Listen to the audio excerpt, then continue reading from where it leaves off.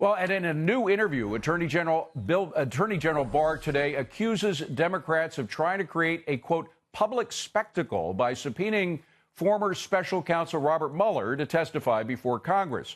Speaking to the Associated Press, Barr confirms he will support Mueller if he decides he does not want to appear. A House Judiciary hearing with Mueller is scheduled for July 17th. Joining me now is Tom Fitton, the president of Judicial Watch. Good to see you, Tom. I'm wondering if Mueller wants to testify and if he will be forced to. It doesn't sound like Attorney General Barr is going to force him to if he doesn't want to. No, I mean, typically someone like Mueller would not be subject to testimony because he's an advisor to the Attorney General, and you typically ask the Attorney General about Justice Department activities. Although, frankly, Mr. Mueller needs to be asked some questions about his misconduct as special counsel, his hiding, for instance, of the fact that he had to let go of Strzok and Page because of anti-Trump animus that he hid from us, the American people, for at least 4 months. His decision to hire a bunch of anti-Trump donors to Hillary Clinton and obvious partisans, and his decision-making about what he knew and when about his failure to find any Russia collusion. Why did he sit on that for as long as he did? Did the elections come into play in keeping it from the American people? So Mr. Mueller may not want to testify, not for the reasons we're hearing about, but because he would be subject to the scrutiny that's long overdue of his investigation. And then there is what he didn't investigate, which a lot of us want answers to, and which is involving a whole lot of investigators now. And primary among them, as issues come up, and I'm sure it's not going to be the first time this happens over the next few months, is the question of the State Department official who interviewed Mr. Steele, the man behind the Trump dossier, a couple of weeks before the FBI FISA warrant went out. The State Department official, who was an Obama official, no friend of Donald Trump's, that's for sure, was upset by the fact that Mr. Steele was saying things that weren't true, apparently tried to warn some people at the FBI, and they went ahead with a FISA warrant anyway based on the Steele information. Yeah, that didn't make it into his report, did it? No, it didn't. And the dossier, rather than being used by Mueller to target Trump, which what it was, should have been investigated by Mr. Mueller if indeed he was interested in Russian interference in the election, because that was the vehicle. Russia misinformation, working happily with the FBI and DOJ of President Obama, and frankly, some of the Trump administration, the deep staters there, laundering it through the dossier to justify spying on the president. Why didn't he investigate that? The only mention of the dossier directly in the Mueller report, as best I could see, he says it's unverified. Right. It's the cornerstone of the Russia interference, the real Russia interference in the campaign, and it's still having an echo because we're going to have, again, the Democrats raising it and Mueller having to talk about it in a week or so. Yeah. I want to switch gears a little bit to immigration, which is the topic du jour. You folks have done some digging and found out some dirty little secrets about the Obama administration's record on immigration. Share it with us if you can. Yeah, and we've long had records from the Obama administration showing reports of abuse by officials in the, people who were handling the UACs, the unaccompanied minors, and people like that. It was a list of horribles. First of all, they were obviously abused on the way up here. The criminals were making their way in under the Obama administration. And then, of course, once we had to provide them humanitarian assistance, several were complaining about abuse they were suffering at the hands of people paid by the Obama administration to take care of them. If this had been a list of Trump administration offenses, it'd be front page news everywhere. So what you hear about the Trump administration, which in many ways is unverified, we have verified in government documents about the Obama administration in terms of abuse and the crisis, humanitarian crisis caused by the open borders under Obama. Tom, we only have about 45 seconds, but I got to ask you about this Cuomo bill that essentially gives the right to reveal New York State tax information from Donald Trump with the rest of the world. What do you make of this? It's third world.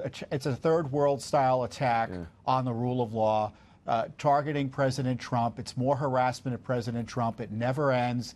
In my view, the census judicial decision making by the Supreme Court and those lower courts is judicial harassment of President Trump, and we're having harassment in New York of the president with this bill and the other harassing investigations up there. This president has been subjected to abuse like no other in terms of attack on the rule of law that protect typically presidents from so that they're able to do their jobs. It's just unbelievable to me. And of course, the cheerleading from the mainstream media going along with it side by side. It's hard to tell who's promoting what, whether one side is doing the initiating. Some people think it comes from the media to the Democrats, and they follow suit. But however it goes, it's definitely third world, as you say. Tom, great to see you. Thank you very much. The Clinton email scandal and cover-up is relevant because without that, you wouldn't have had the Russiagate hoax. Look, the Obama gang was desperate to protect Hillary Clinton's candidacy. What better way to do that than to cover up the Clinton email issue and freeze the Trump administration from doing anything about it once they won by making fake allegations against President Trump in Russia. All with the help, of course, of the Clinton campaign. No Hillary Clinton campaign, no shady dossier, no spy warrants, no collusion hoax, no Mueller investigation. And you would have had a Justice Department, as I said, that was unfrozen and might have been able to do something in the first 2 years in terms of a serious relook of the Clinton issue. And of course, they didn't do that because it was all Mueller all the time at the Justice Department. As I said, he was king of the Justice Department. And of course, he was part of the Get Trump crowd, the coup cabal, as I like to call it. And sure enough, they're dissatisfied with the fact they were unable to find any collusion between any Americans knowingly and the Russians in any involvement in American public policy discourse, certainly in the campaign. And they couldn't make the obstruction case because there was no obstruction case to make. And then Mueller infamously doubled down and just lifted the veil because we were supposed to believe that Robert Mueller was the paragon of virtue. And he held a press conference essentially encouraging Congress to impeach President Trump. Outrageous abuse of power and authority, final act as a special counsel. So, of course, now the Democrats want him to come and say that again in testimony. And I've always, and I know the Trump administration has been of two minds, hot and cold, about whether he should testify. And I don't blame him on that because his testimony is geared at abusing and attacking President Trump in an inappropriate way. But he has a lot of questions to answer. And if I were the Republicans or, maybe even an honest Democrat, they are there, I'd be asking Mueller a lot of questions.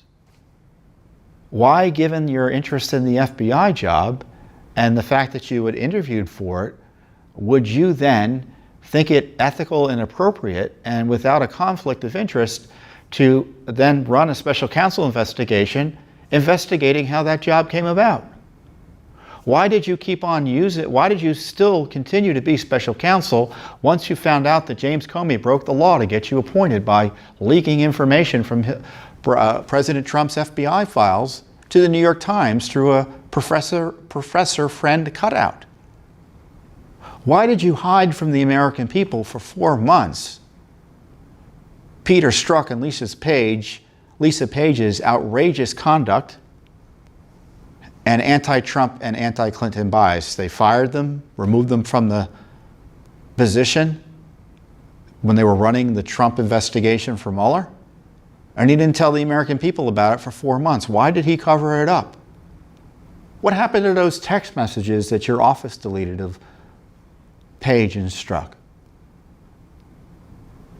Tell us about your contacts with the media. Did you leak to CNN the raid on Roger Stone's office? What were you thinking when you had a guns-drawn raid on the home of Paul Manafort? Same with Roger Stone. Tell us about your use of the shady FISA warrants. Did you work with Christopher Steele? Did you work with Fusion GPS? Did you use the conflicted and compromised James Comey? Why did you withhold material information from the Mueller report that would have made President Trump look good? Or certainly explain some of his conduct that you were trying to mischaracterize? For instance, you suggested Carter Page was a spy for the Russians, but you left out the fact that Carter Page had actually helped the FBI prosecute Russians and was an informant for the FBI.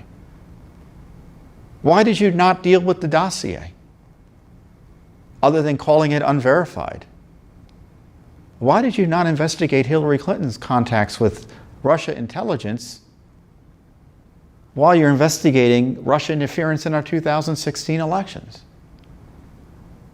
Those are just questions off the top of my head.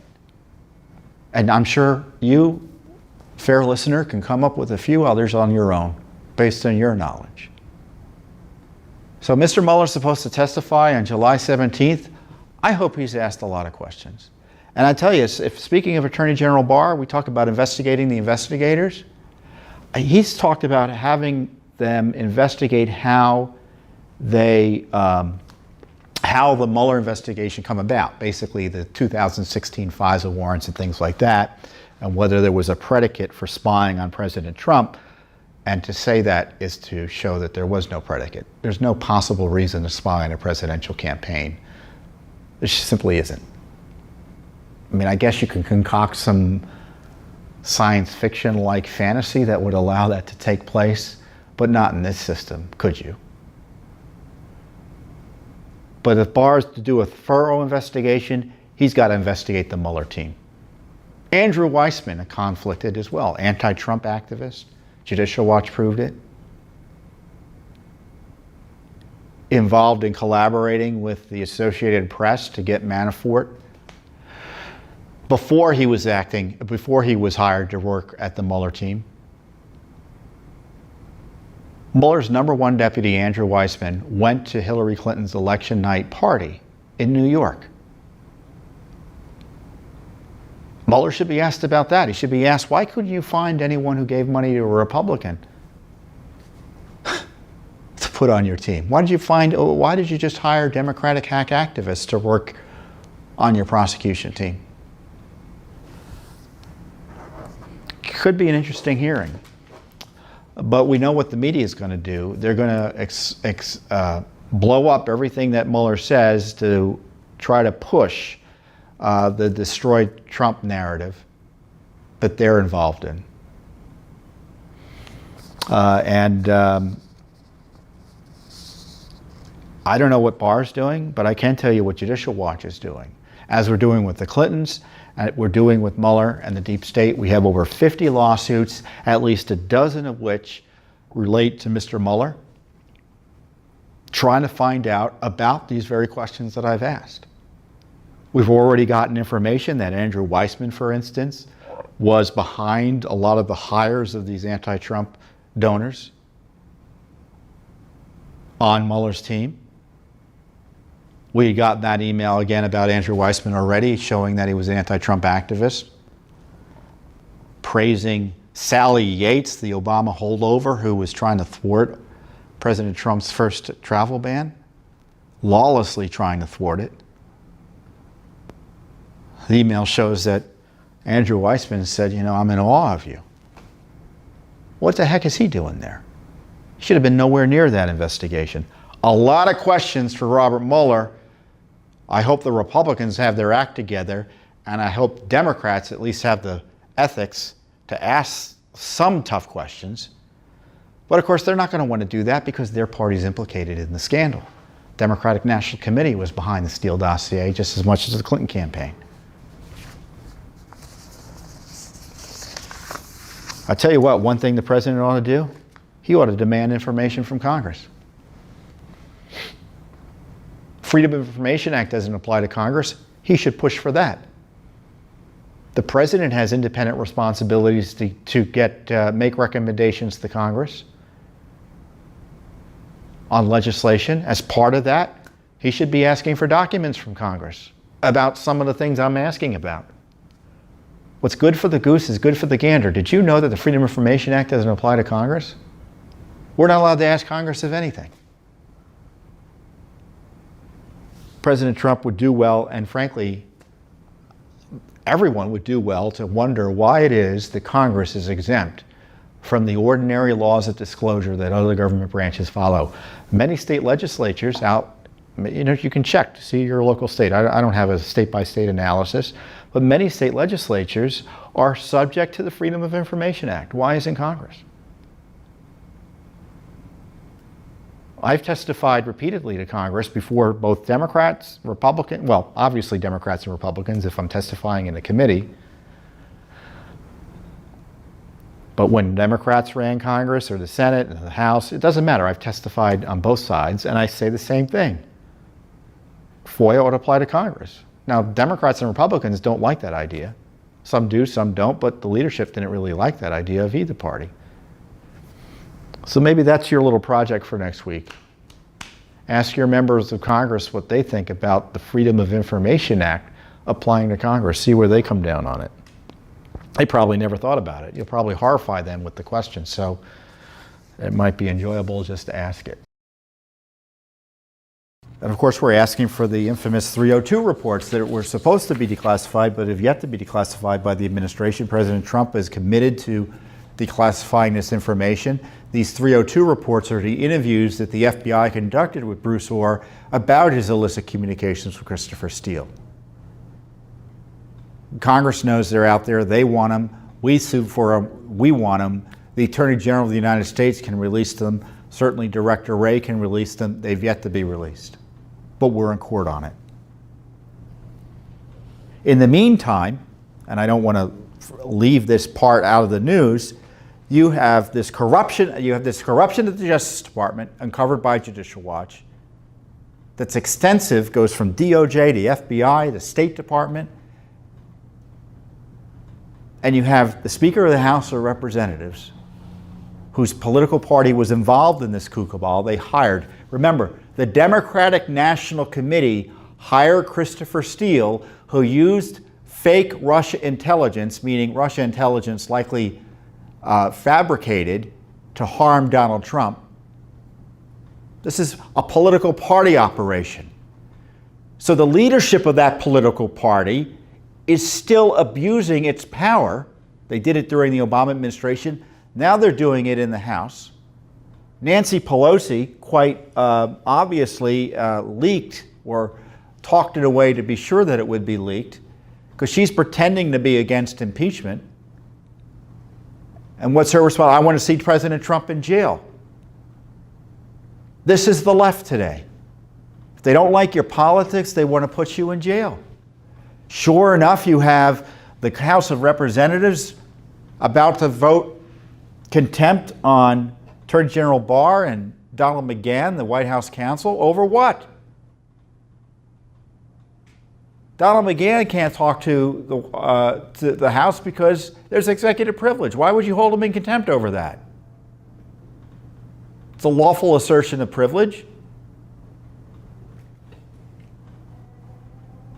And this idea that the Attorney General is going to be held in contempt over a few lines in the Mueller report, which I'm going to get to in a minute as well, is absurd and abusive.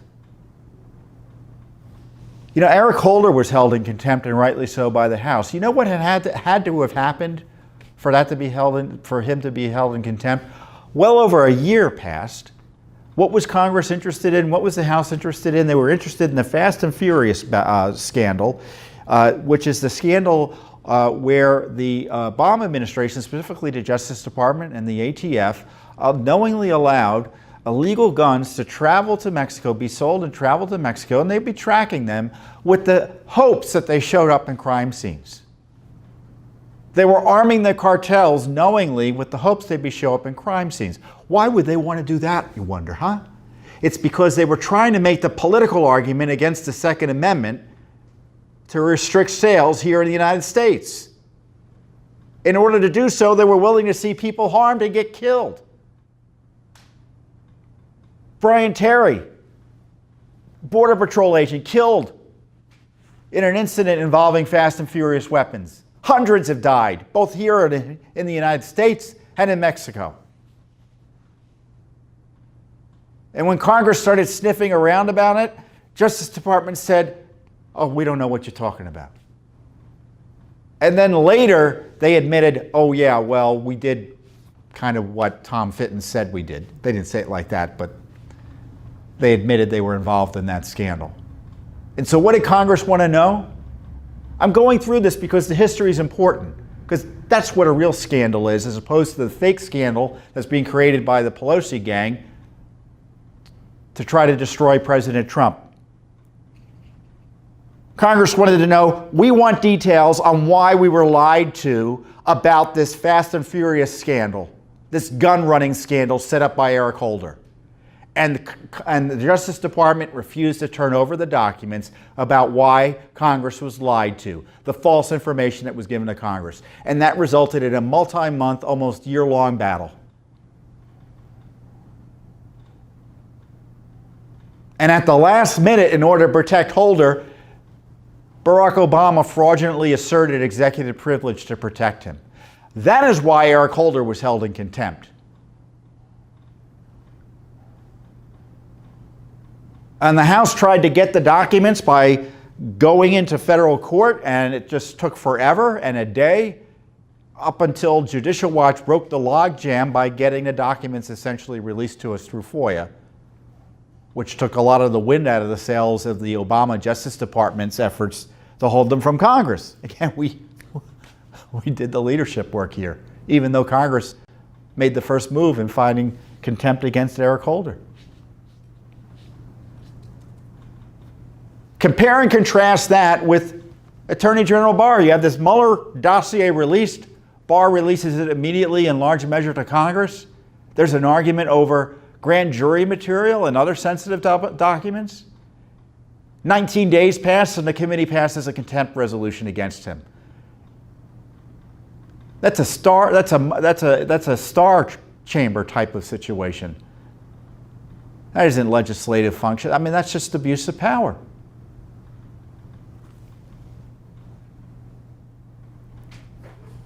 So, so as the House slithers through to impeachment, we're finding out more information about the Mueller report. It turns out one of the, and of course, if you've paid attention to Judicial Watch or to these updates, you've known from the get-go the Mueller report was no good. That's why I oppose the very idea of these anti-Trump partisans writing a report on the president. Sure enough, the report just proceeded. Deep State was running the show. And you had 400 pages of rumor, innuendo, legal higgle-piggle, argle-bargle, whatever you want to call it.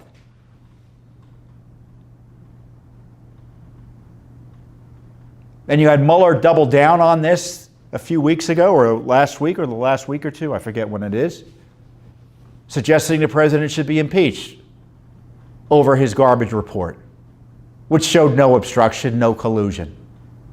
No obstruction, no collusion means no impeachment, obviously. And now the details are dribbling out because we all knew we couldn't trust Mueller, because the report turns out to be inaccurate in terms of having material information left out of the report. For instance, there's much noise made in the report of a phone call between President Trump's then lawyer, John Dowd. He left a voicemail message to the lawyer, General Flynn. And they made it seem like he was trying to thwart testimony and in fact, Dowd was saying, hey, you know, what's going on? Let us know if you can. The let us know if you can part was left out of the Mueller report. Why? Because it makes the phone call look more innocent than Mueller tried to mislead you and the American people about. And it's breaking now that there's a State Department informant who's not listed as such, but presented as some sort of Russia spy or plant was involved with the Trump campaign. So the report suggests it was this Russia spy plant involved with the Trump campaign, when in fact it was a State Department guy left out by Mueller in this report. If I were the Attorney General of the United States, I would disavow the report. I guess you can't pull it back. It's already out there. I'd say you can't rely on this. You know, the FDA, when there's a dangerous drug out there, they call, like bureaucratic speak, it's a black box warning is required, right? You may have heard of that. There needs to be a legal black box warning on the Mueller dossier. You can't trust it.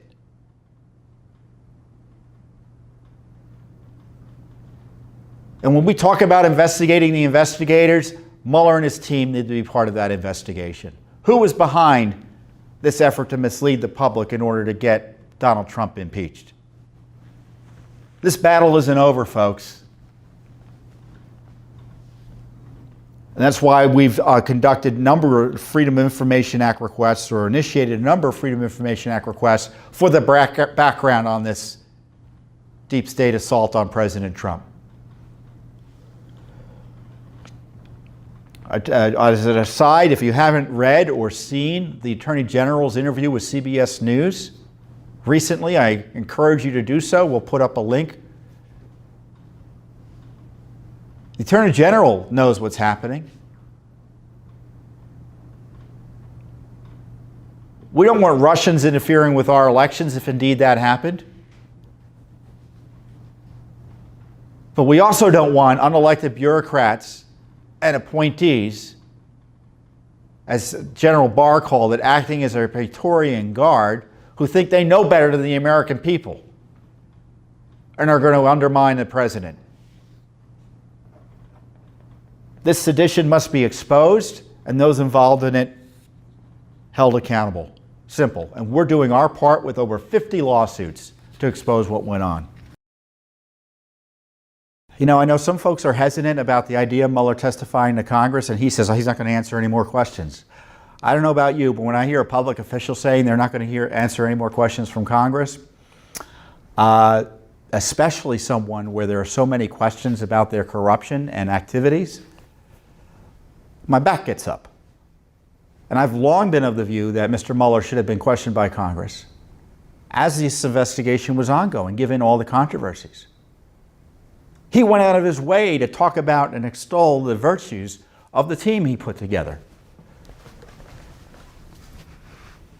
Andrew Weissman, he couldn't manage to, who was a Hillary Clinton supporter, went to Hillary Clinton's election night party, sent an email, as Judicial Watch uncovered, to Sally Yates, the Obama holdover, who was acting AG, supporting and praising Yates for lawlessly refusing to defend President Trump's entirely lawful travel ban.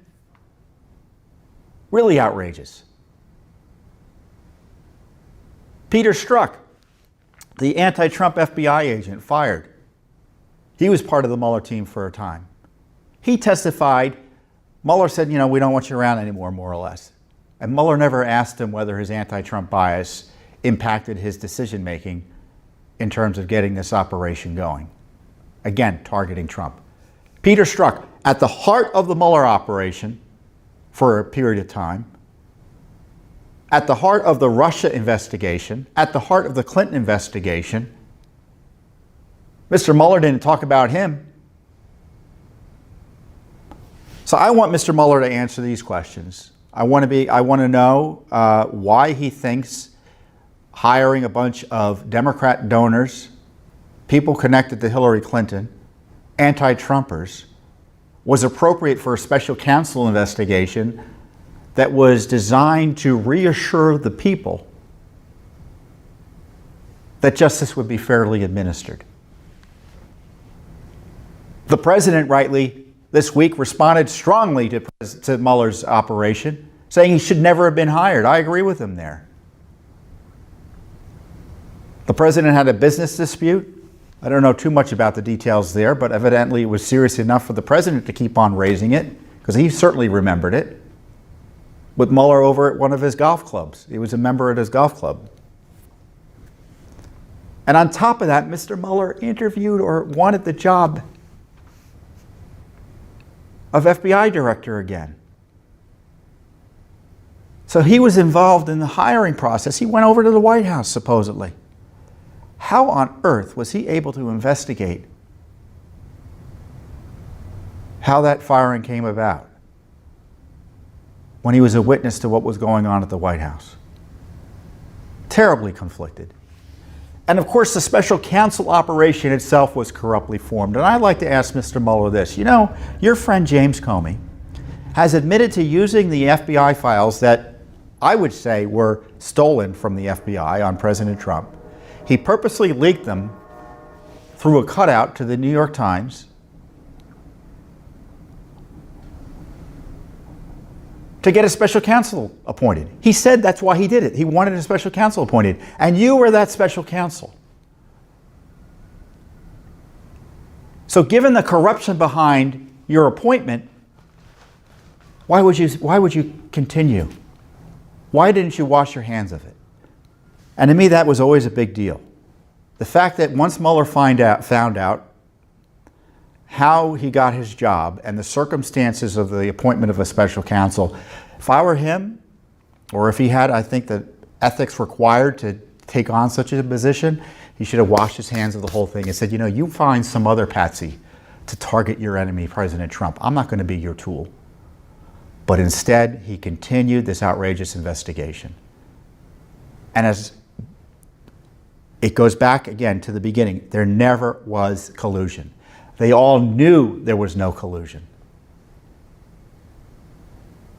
They knew it from the beginning. It was confirmed in the indictments I talked about earlier of the Russians abroad.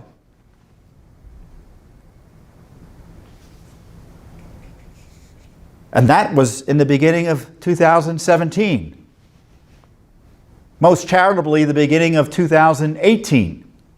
And yet they allowed this obstruction investigation to continue, even though they knew there was no collusion.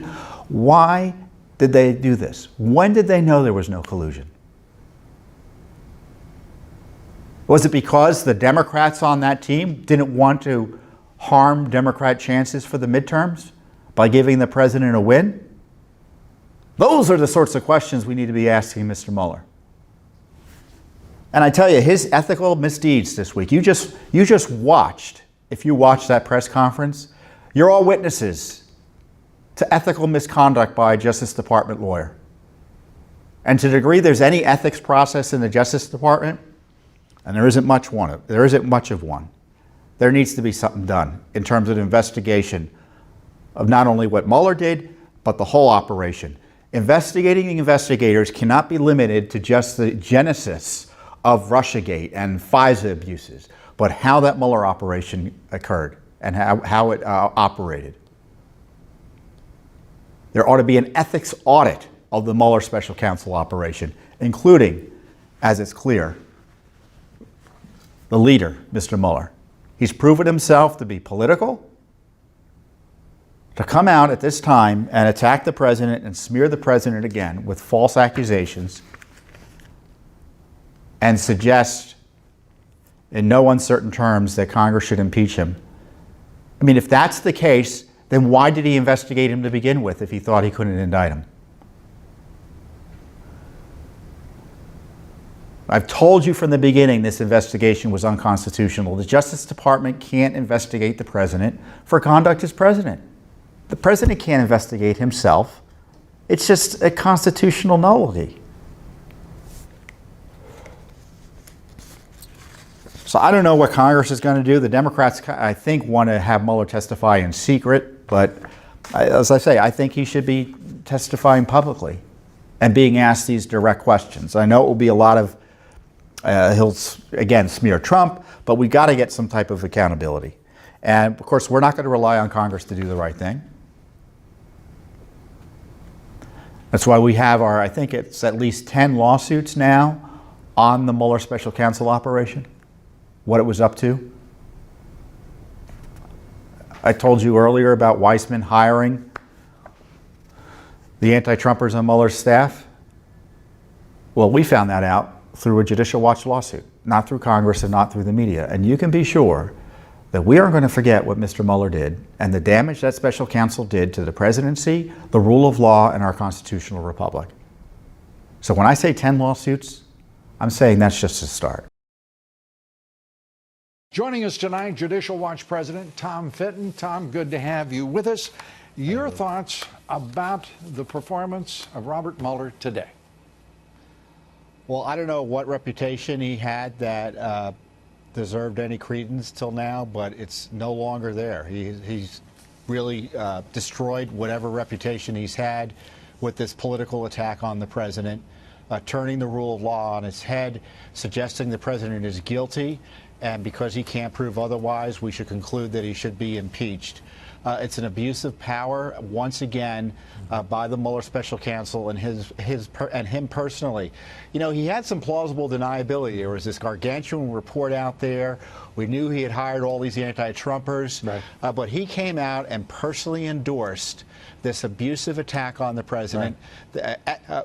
Doubling down on the corruption from the report. You know, and I think highly of Attorney General Barr, but I think he's been too deferential to the Mueller special counsel. He should have shut this report down from before it was even written, and it's been abuse piled on top of abuse targeting President Trump.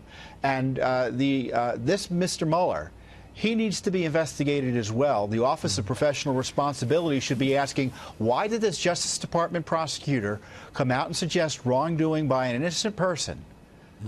Without any foundation, because there is no foundation. If there was a foundation, there would have been indictments or a request for an indictment or highlighting that. Outrageous. Turning our judicial system on its head, saying that you have to prove your innocence, in effect, particularly if you're the President of the United States. Is it a coincidence that James Comey, the dirty cop, wrote an op-ed that was published just a day ahead of the Mueller remarks today? Doesn't that strike you as odd, coincidental perhaps? Well, I'm trying to figure out who's worse in terms of ethics, Comey or Mueller, and they're two peas in the same. They're two peas in a pod when it comes to attacking President Trump. I have some questions. You know, I do hope Mr. Mueller testifies. I know some don't want to see him testify. He should be asked, why is it, despite his conflicts, did he accept this appointment? Why is it, despite the knowing that Comey stole FBI records and then leaked them illegally to get him appointed, he continued to participate in that corrupt process? What about all these biased Democrat and anti-Trump, pro-Hillary Clinton donors he hired? When did he know there was no collusion? Right. When did he know there was no collusion? And as you point out, why didn't he shut it down then? And this relationship between James Comey and Robert Mueller, many years in its duration. But do you suppose it persisted even as the special counsel and the fired former FBI director? Could they have possibly been colluding? Should there be an investigation of that collusion? Because there are too many coincidences, it seems to me. Well, we've asked for documents about that collusion.